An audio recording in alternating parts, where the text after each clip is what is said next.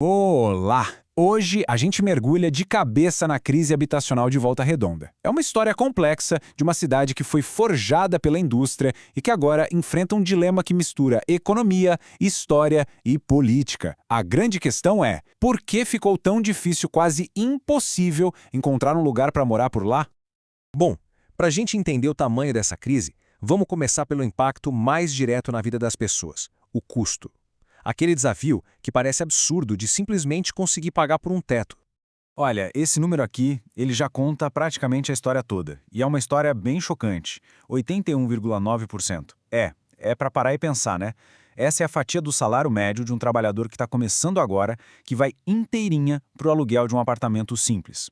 Vamos ver o que isso significa na prática no dia a dia. E aqui a matemática é bem cruel. Como o slide mostra, o custo da moradia simplesmente devora quase toda a renda de um trabalhador em início de carreira. O que os especialistas recomendam é usar no máximo uns 30% da renda para moradia.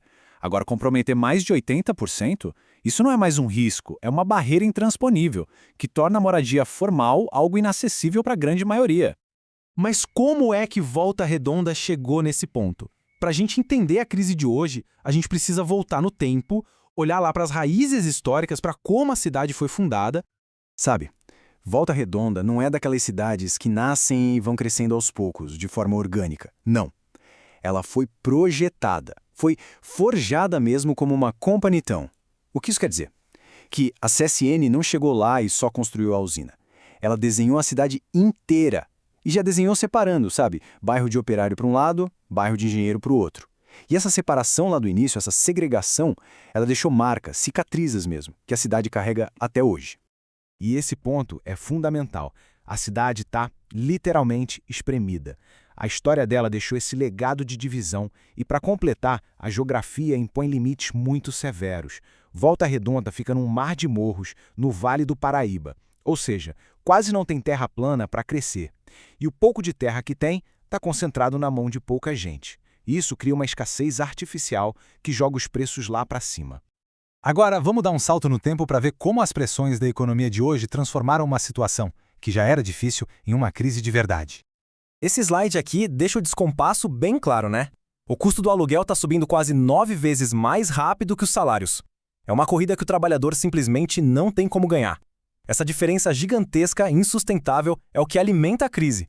E olha, isso não é exagero não. É uma citação tirada direto do relatório que baseia essa nossa análise. A palavra-chave aqui é matematicamente. Não se trata de se esforçar mais ou de economizar. Para muita gente, a conta simplesmente não fecha mais. Esse é o número oficial do déficit de moradias na cidade. 8.639. Esse é o número de casas novas que são necessárias para ontem. Mas quem são essas famílias? Esse déficit, na verdade, é quase todo invisível. Não estamos falando só de pessoas em situação de rua. A maior fatia, como dá para ver, é de famílias com ônus excessivo com aluguel, gente que está ali na beira da insolvência. Depois vem a coabitação familiar, várias famílias dividindo o mesmo espaço por falta de opção. E, por fim, as moradias em áreas de risco, como encostas, que podem desabar. Certo. Então, o que está sendo feito? Vamos dar uma olhada na principal ferramenta que a cidade tem para enfrentar essa crise, o plano diretor. E isso, a gente vai ver, é um verdadeiro campo de batalha pelo futuro de Volta Redonda.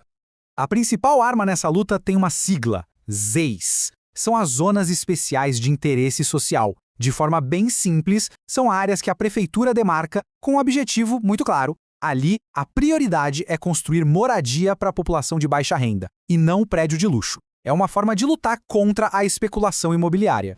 E o mecanismo por trás disso é bem engenhoso. Funciona em 3 passos.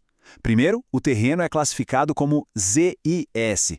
Isso, na hora, já limita o potencial de lucro para especuladores. O que nos leva ao segundo passo. Com menos interesse da especulação, o preço da terra cai. E no terceiro passo, com a terra finalmente mais barata, projetos como Minha Casa Minha Vida se tornam possíveis de construir. Então, a gente chega num ponto fundamental, a revisão do plano diretor. Isso não é só um monte de papel técnico, é a arena onde se decide o futuro da cidade. É ali que se define se o planejamento vai ser para as pessoas ou para o lucro. De um lado, o interesse público, do outro, a especulação imobiliária. Só que, mesmo com a melhor política do mundo, existem problemas muito profundos e estruturais que ameaçam botar tudo a perder. Vamos analisar duas dessas rachaduras no sistema. Primeiro, a infraestrutura mais básica está falhando. A principal estação de tratamento de água da cidade já opera no limite. Isso força rodízios que deixam alguns bairros sem água por até 9 dias seguidos. Pensa só, de que adianta ter uma casa se não tem a garantia de água na torneira?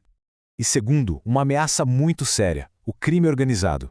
Investigações já mostraram que milícias estão se infiltrando em conjuntos habitacionais populares. Elas tomam o controle do território, cobram taxas ilegais, chegam a expulsar moradores. Ou seja, o Estado constrói a casa, mas o poder paralelo é quem manda, destruindo todo o propósito do programa. Bom, chegando ao final da nossa análise, a gente pode resumir o dilema de Volta Redonda com uma metáfora muito boa que o relatório que a gente estudou apresenta. A cidade está presa num movimento de pinça.